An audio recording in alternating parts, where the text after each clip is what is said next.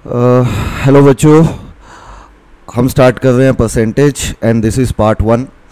Arithmetic का बहुत ही important topic है ये जो हमने शुरू किया है, परसेंटेज। और बच्चों बेस है ये।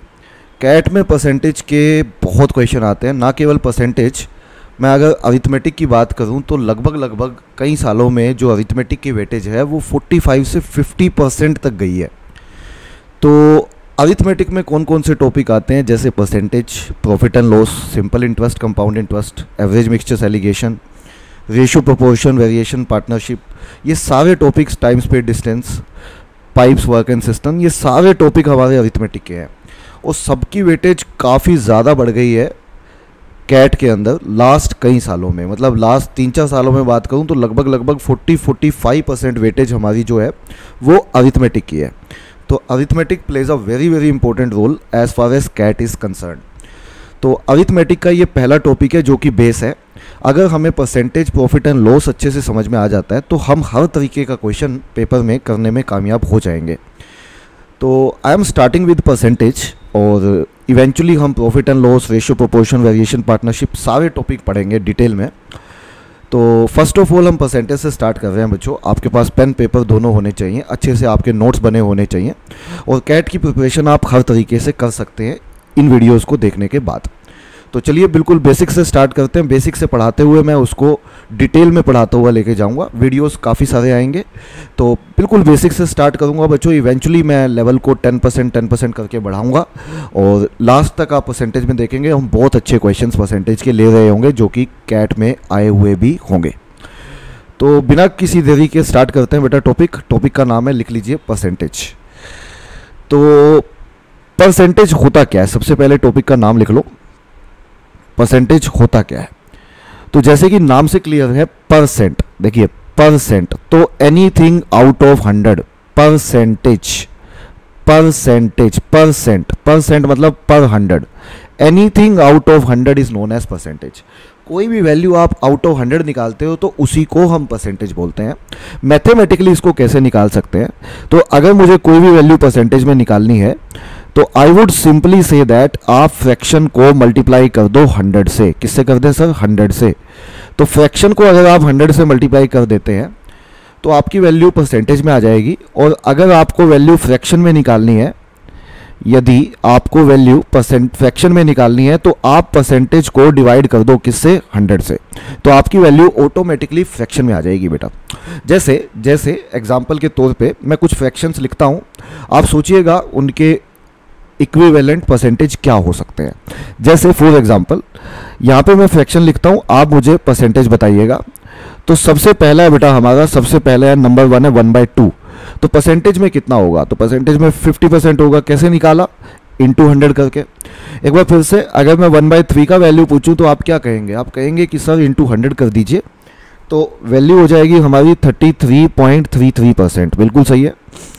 ऐसे ही अगर मैं आपसे पूछूं 1/4 बताओ तो आपका क्या जवाब होगा? आप कहेंगे सर ये 25% हो जाएगा, है ना। इंटू 100 करके निकाल रहे हैं वैल्यू। जैसे 1/5 का वैल्यू पूछूं तो आप क्या कहेंगे? ये 20% हो जाएगा। बिल्कुल सही है। 1/6 किसके बराबर होगा? This is 16.66%।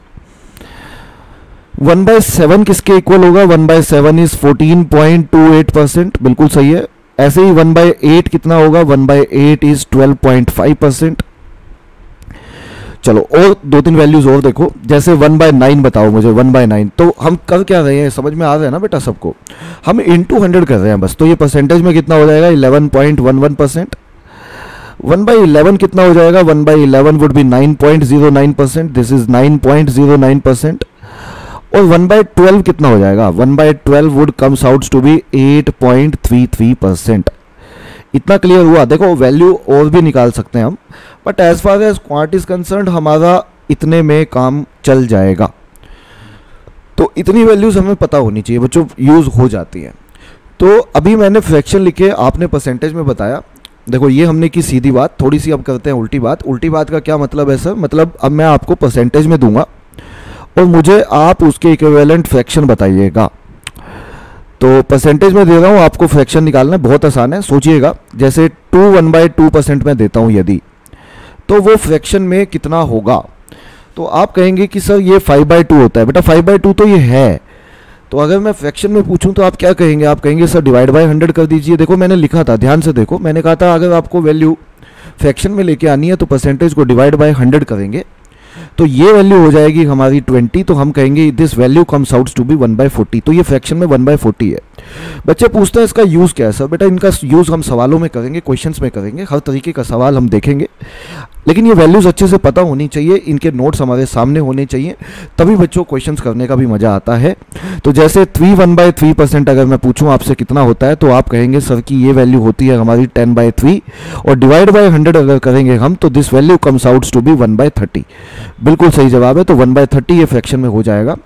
ऐसे ही अगर मैं आपसे पूछूं 4 1/6% बताइए कितना होगा, तो आपका जवाब क्या होना चाहिए, आप कहेंगे कि सर ये 25/6 होता है, और डिवाइड बाय 100 लोगे तो ये आ जाएगा आपका 4, तो this value comes out to be 1/24। बिल्कुल सही जवाब है।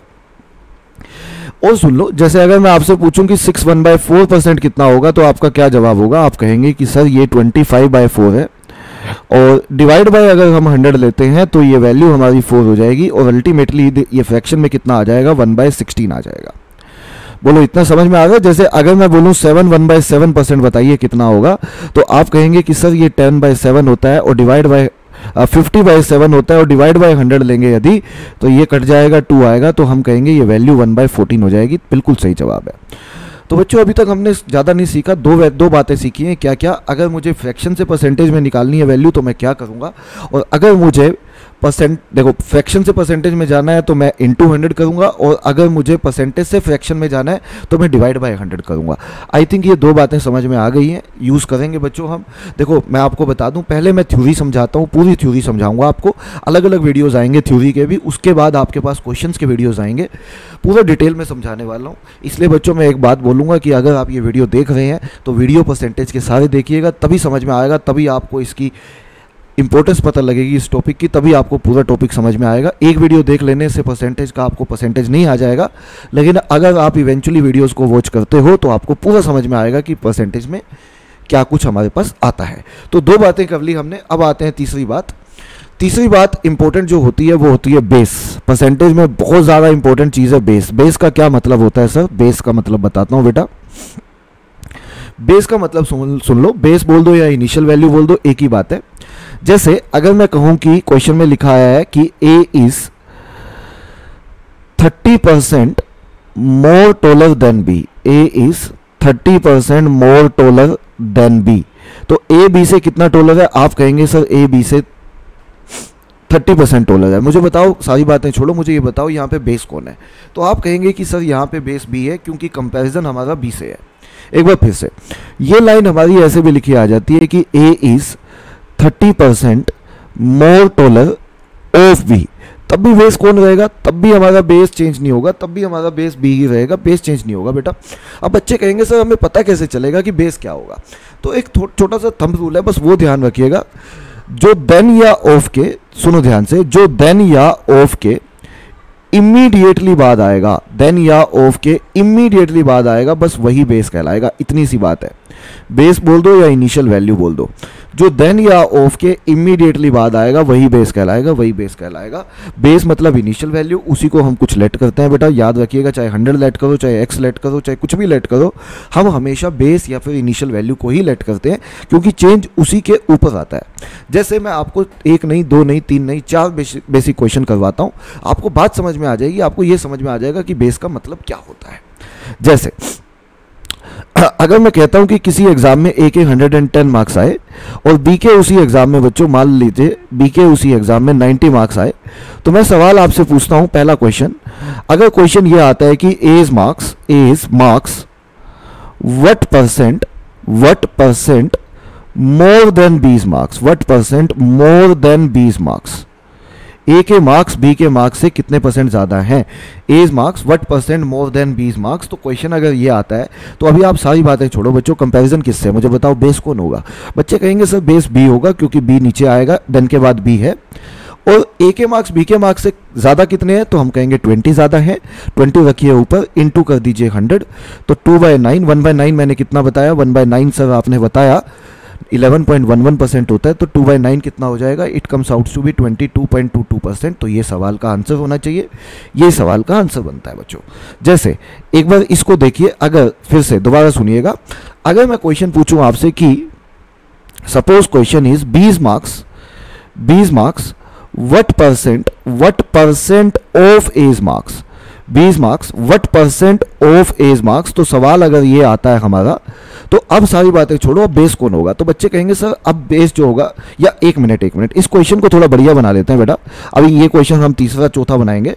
अभी क्वेश्चन ये है हमारे पास 20 मार्क्स what percent, पहले ये लिखो 20 marks what percent less than x marks. तो सारी बातें छोड़ो, फिर से मुझे ये बताओ अब इस लाइन के हिसाब से बेस कौन है। तो बच्चे कहेंगे सर अब की बार बेस ए है, तो ए को रखिए नीचे, ए को रखूंगा नीचे, दैट इज 110। बी, अच्छा बी के मार्क्स ए के मार्क्स से कम कितने हैं, तो आप कहेंगे सर 20 कम है, तो इनटू कर दीजिए 100।